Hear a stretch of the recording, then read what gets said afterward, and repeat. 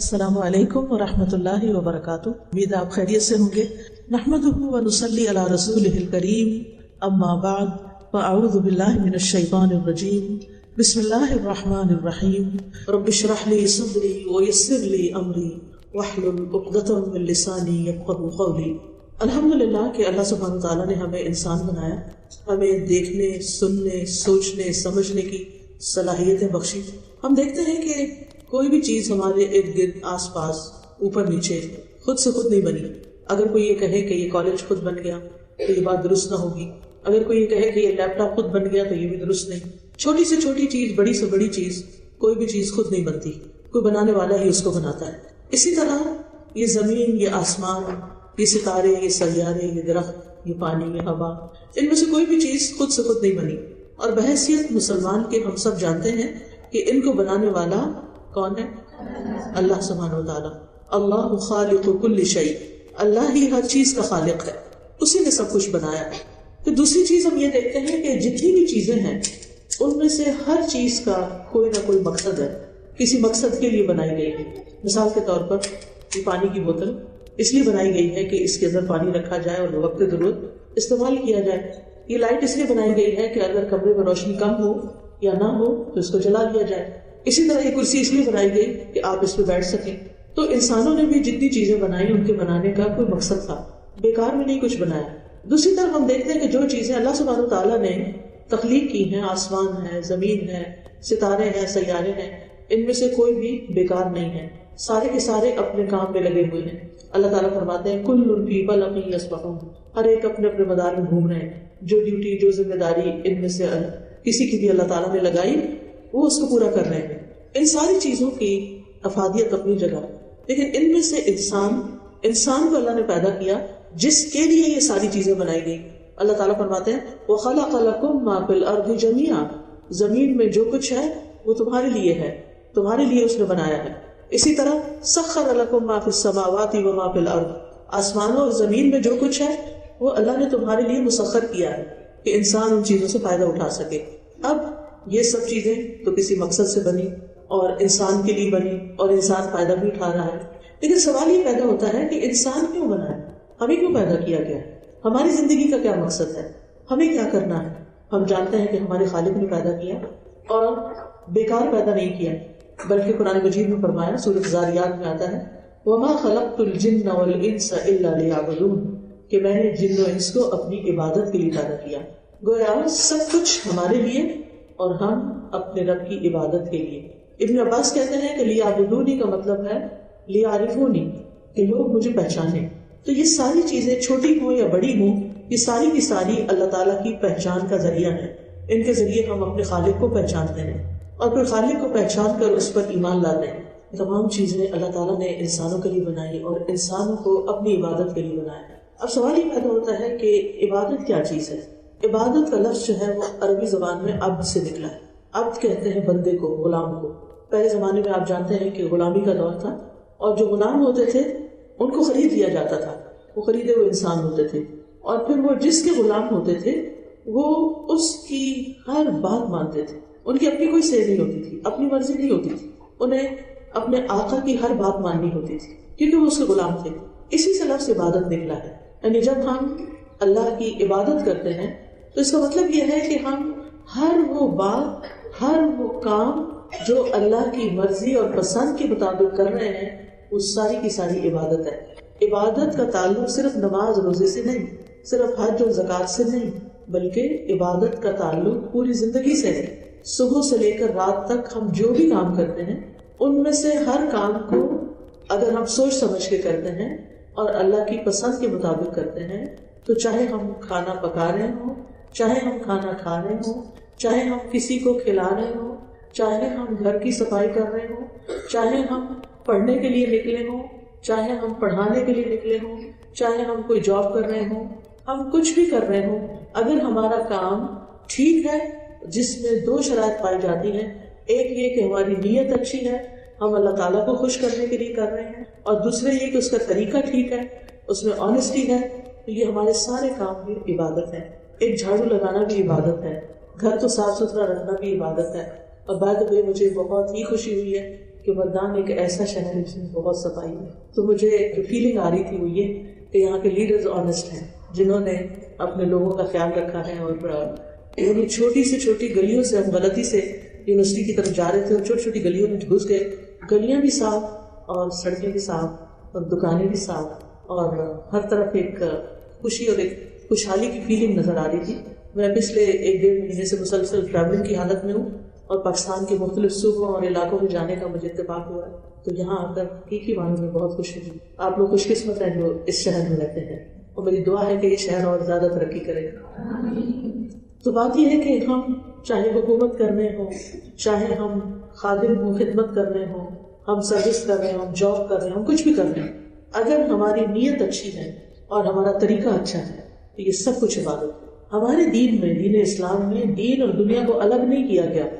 یہ کانسیپٹ غلط ہے کہ دین الگ ہے، آپ کا پرائیویٹ معاملہ ہے، آپ گھر میں جو چاہو کرو اور دنیا میں آپ بالکل کسی اور طریقے پہ چلو. نہیں، ہمارا دین ایک مکمل دین ہے جس میں زندگی کے ہر شعبے سے متعلق ہمیں رہنمائی دی گئی ہے. ایک صحابی تھے جنہوں نے یہ کہا کہ قرآن میں ہر سوال کا جواب ہے. تو سننے والے نے کہا کہ اچھا مجھے بتائیں قرآن میں بریڈ بنانے کا کیا طریقہ لکھا ہوا. تو وہ تھوڑی دیر کے لیے گئے اور جو بریڈ بنانے والا تھا اس سے پوچھ کر آ گئے. تو کہا کہ بریڈ اس طرح بنتی ہے. انہوں نے کہا کہ یہ قرآن میں لکھا ہے. نہیں، قرآن میں لکھا ہے فَاسْأَلُوا أَهْلَ الذِّكْرِ إِن كُنتُمْ لَا تَعْلَمُونَ. جاننے والوں سے پوچھو اگر تمہیں معلوم نہیں. یعنی جو چیز تم نہیں جانتے جا کر کسی سے سیکھ لو. یہ بھی قرآن کا حکم ہے، تو یہ بھی عبادت ہے. تو ہمارا دین ہمیں شادی سے لے کر زندگی کے سارے کاموں سے لے کر پہنچ مرنے، اور صرف مرنے نہیں، مرنے کے بعد کی زندگی کے بارے میں بھی بتاتا ہے کہ ہمیں کیا کرنا چاہیے. اسی لیے ہمیں حکم دیا گیا ہے کہ یا ایھا الذین آمنوا ادخلوا فی السلم کافۃ. اے لوگوں جو ایمان لائے ہو دین میں پورے کے پورے داخل ہو جاؤ، کیونکہ یہ وہ دین ہے، دین اسلام، جس کو اللہ سبحانہ وتعالیٰ نے ہمارے لیے پسند کیا. کیونکہ پہلی چیز کیا ہے کہ جو بھی کام کرے نیت اچھی ہو، یہ دیکھ لیں کہ اللہ کی پسند کا ہے کہ نہیں اور اللہ تعالیٰ اس سے راضی ہے یا نہیں. اور پھر دل میں اس بات کی خوشی ہو کہ جو بھی میں کام کر رہی ہوں اس کا ریوارڈ مجھے اللہ دے گا اور مجھے اللہ ہی سے امید ہے کہ وہ اس کو قبول کرے گا. تو یہ ساری سوچ اس کام کو دین کا کام بنا دیتی ہے.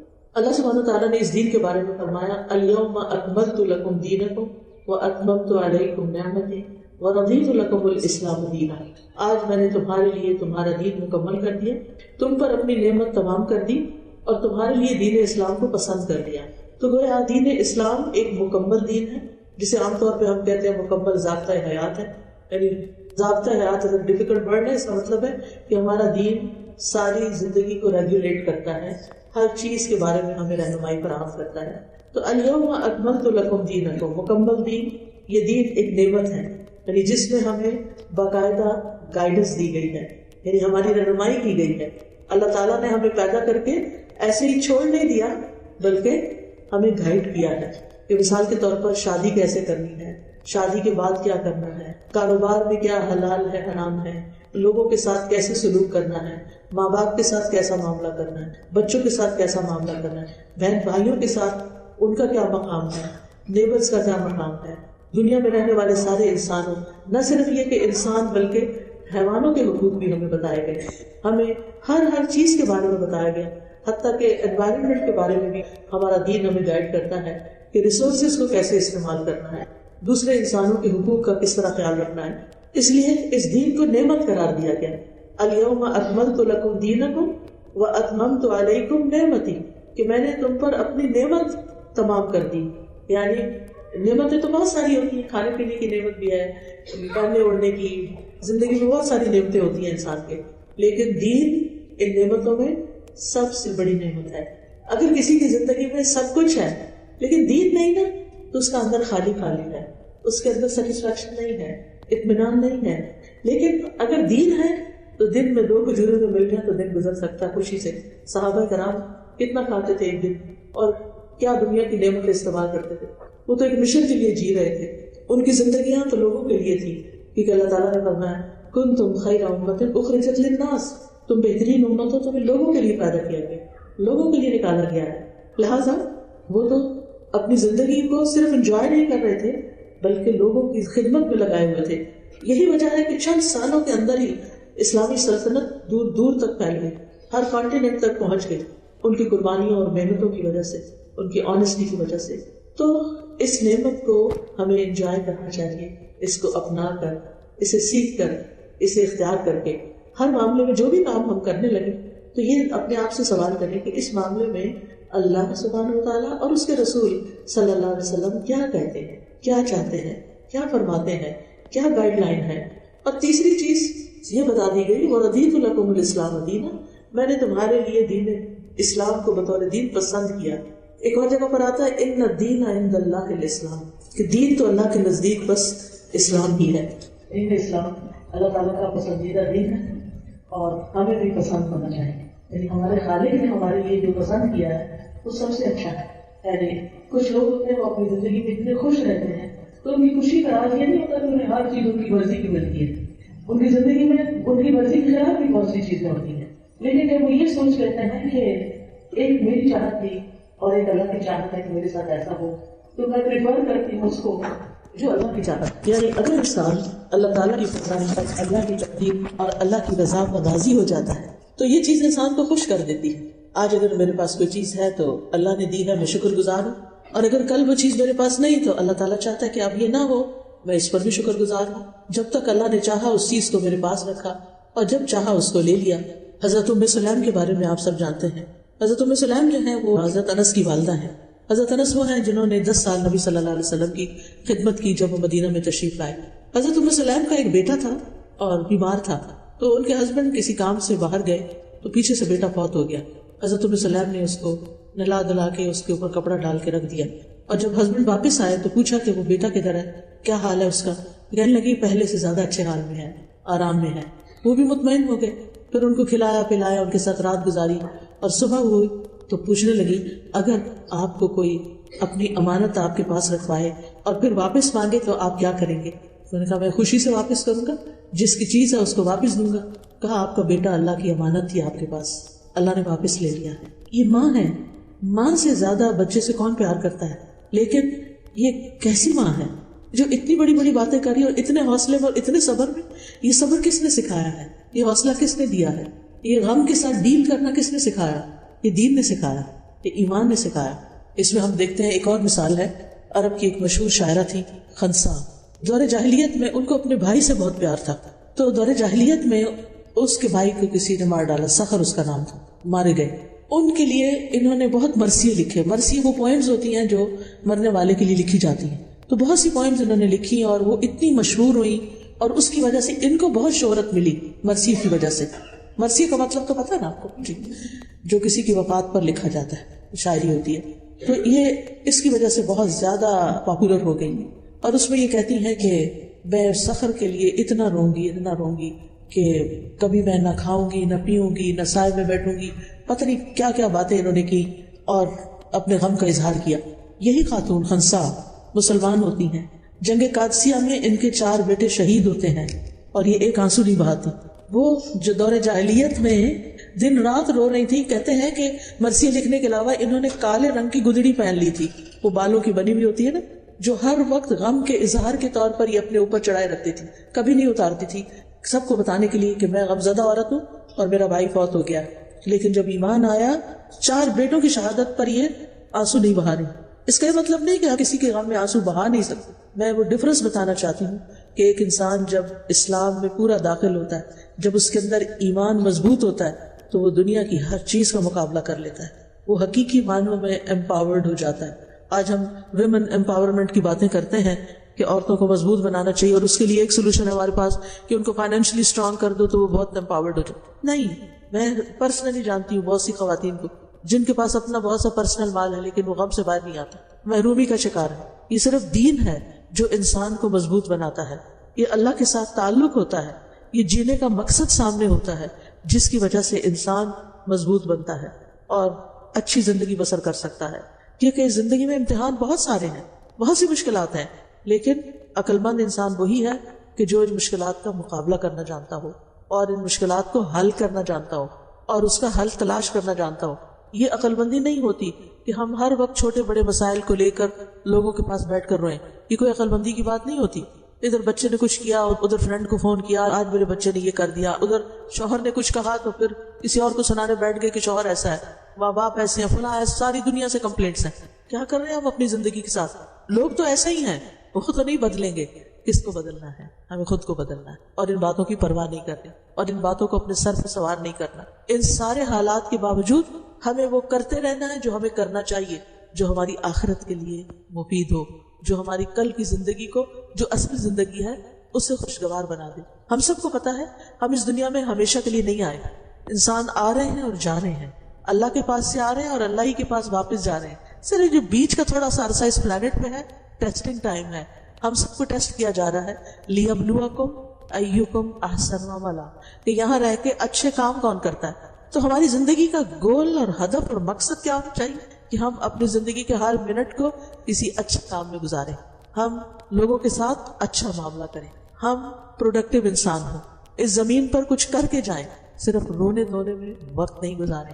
عام طور پر خواتین کا یہ ایک ویک پوائنٹ ہوتا ہے کہ چھوٹی چھوٹی چیزیں ان کو بہت ڈسہارٹ کر دیتی ہیں اور سینسیٹیو بنا دیتی، اور پھر اس کے بعد وہ کچھ کرنے کے قابل نہیں رہتی. ان چیزوں سے اوپر اٹھ جائیں. کبھی بھی کسی انسان کی طرف سے آپ کو ڈس اپوائنٹمنٹ ہو، کسی کی طرف سے کوئی تکلیف پہنچے، تو اس میں کھونا نہیں، گوانا نہیں، اور یہ نہیں سوچنا کہ سیلف پٹی کا شکار نہیں ہونا، بلکہ اس معاملے میں سیلفش ہونا ہے کہ میرا فائدہ کس میں ہے، میری آخرت کس میں ہے. مجھے ان رویوں کے مطابق اپنے رویے کو بہتر کرنا ہے. اور ہمارے دین نے ہمیں ہر سچویشن سے ڈیل کرنے کی تعلیم دی. مشکل یہ کہ ہمیں پتہ نہیں ہے، اس کے لیے ہمیں اپنے آپ کو اسلامکلی ایجوکیٹ کرنے کی ضرورت ہے. ہم میں سے ہر شخص کو قرآن کا پورا ترجمہ آنا چاہیے، اس لیے کہ یہ کتاب اللہ تعالیٰ نے ہمارے لیے بھیجی ہے. ہم میں سے ہر شخص کو سنت رسول صلی اللہ علیہ وسلم کے بارے میں معلوم ہونا چاہیے، کیونکہ وہ زندگی گزارنے کا طریقہ ہے جو نبی صلی اللہ علیہ وسلم نے ہمیں سکھایا ہے. کس سچویشن میں کیا کرنا ہے ہم سب کو اس کے بارے میں پتا ہونا چاہیے. نبی صلی اللہ علیہ وسلم نے فرمایا، میرے سے قبل کوئی نبی ایسا نہیں گزرا جس کے ذمے اپنے علم کے مطابق اپنی امت کی بھلائی کی طرف رہنمائی لازم نہ ہو.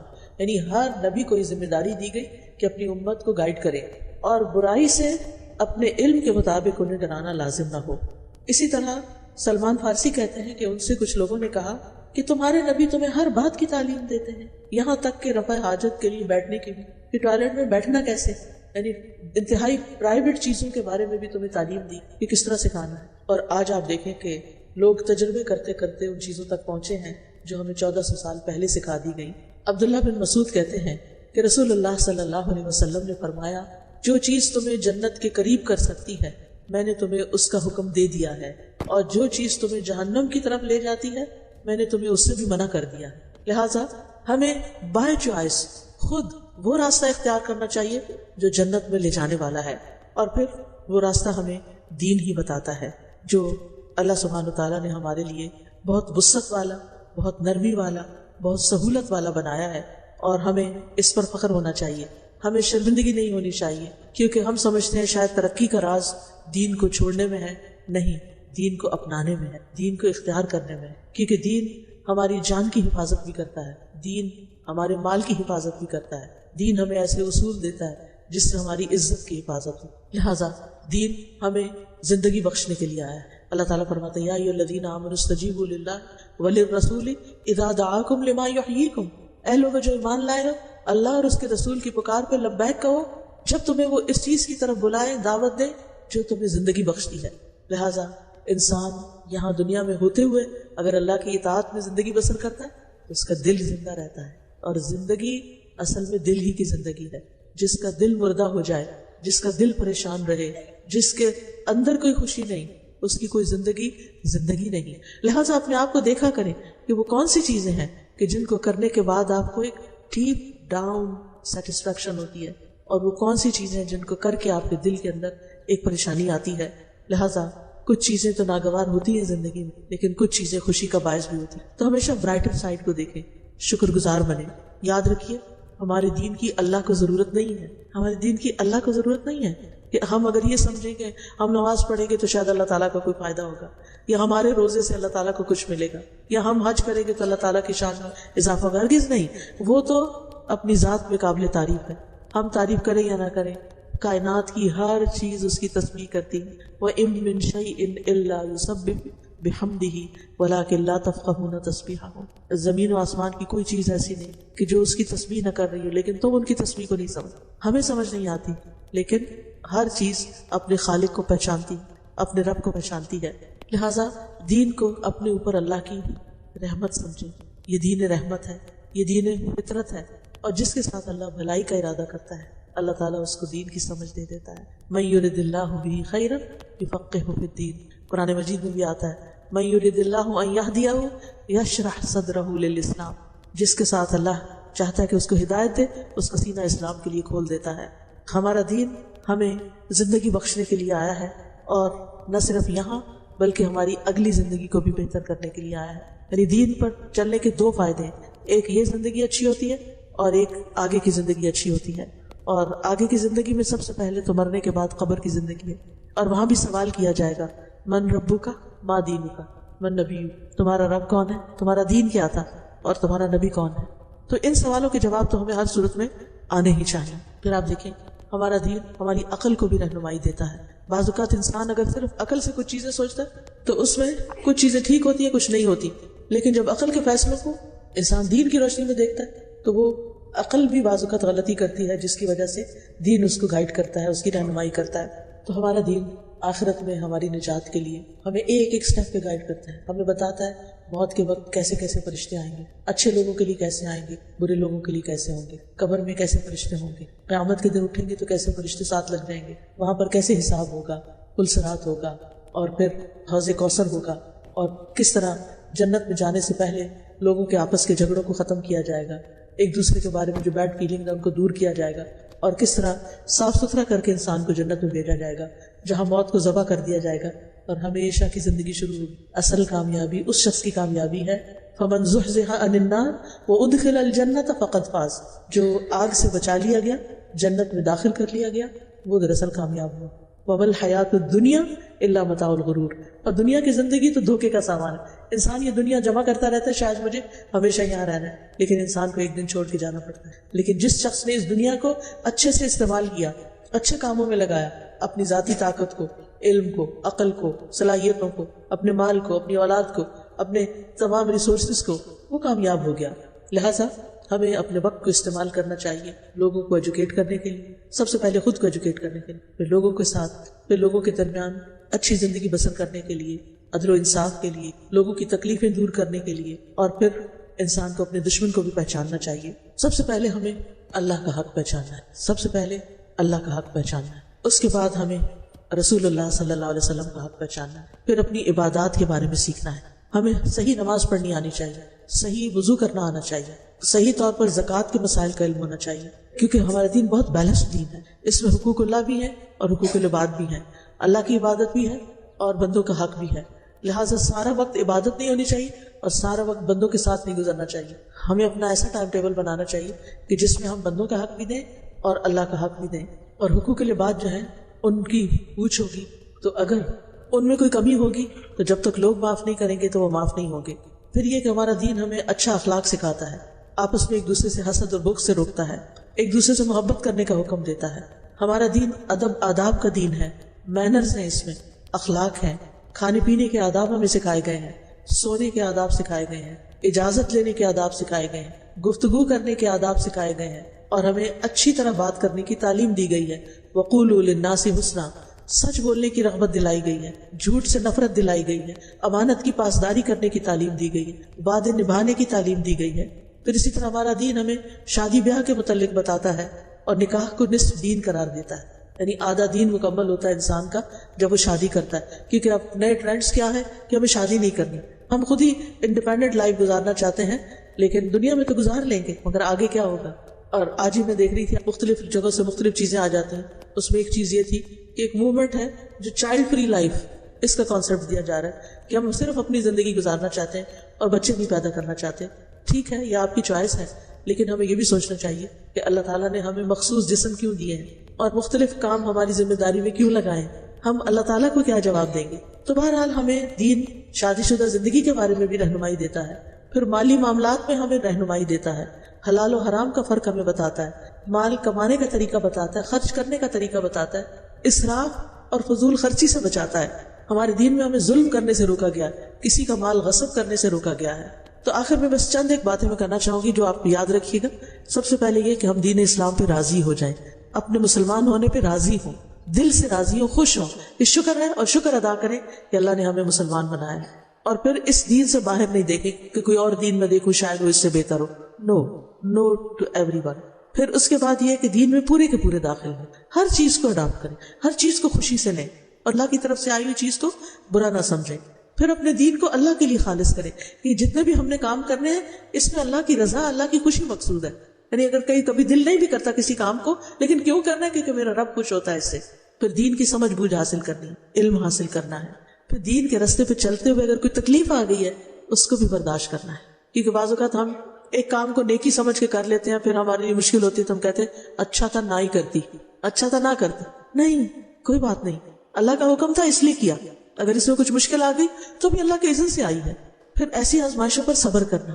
پھر اسی طرح مشکلات کے باوجود کچھ ماحول ہوتے ہیں جس میں ہمارے دین پر عمل کرنا آسان ہوتا ہے. جیسے اپنے گھر کے اندر ہم کمفرٹیبل فیل کرتے ہیں، پروٹیکٹڈ، سیکیورڈ فیل کرتے ہیں، لیکن جب ہم معاشرے میں نکلتے ہیں طرح طرح کے لوگ ہوتے ہیں، طرح طرح کی باتیں سننے کو ملتی. آج ہی کسی نے مجھ سے کہا کہ لوگ طرح طرح کی باتیں کرتے ہیں ہمیں کسی خاص انسیڈنٹ پہ، تو میں نے اسے کہا ان کی پرواہ نہیں کریں، ایک کان سے سنے دوسرے سے نکال دیں. ہم لوگوں کے منہ بند نہیں کر سکتے، لیکن ہمیں کرنا وہ ہے جو ہمارے رب کو پسند ہے. پھر اسی طرح ہمیں لوگوں تک بھی اپنا دین پہنچانا ہے، کیونکہ یہ ہماری ذمہ داری ہے بحیثیت مسلم امہ کے. کنتم خیر امۃ اخرجت للناس تأمرون بالمعروف وتنہون عن المنکر. نیکی کا حکم دینا اور برائیوں سے روکنا بھی ہے، لوگوں کو دین کی تعلیم بھی دینا ہے، دین کے اندر پائی جانے والی آسانیاں بھی بتانی ہے، دین کی وسعتیں بھی بتانی ہے، اور دین کے اندر جو خوبصورتی ہے اس کو بھی سامنے لانا ہے. تو اللہ تعالیٰ سے دعا ہے کہ وہ ہمیں سچا پکا مسلمان بنائے. دعا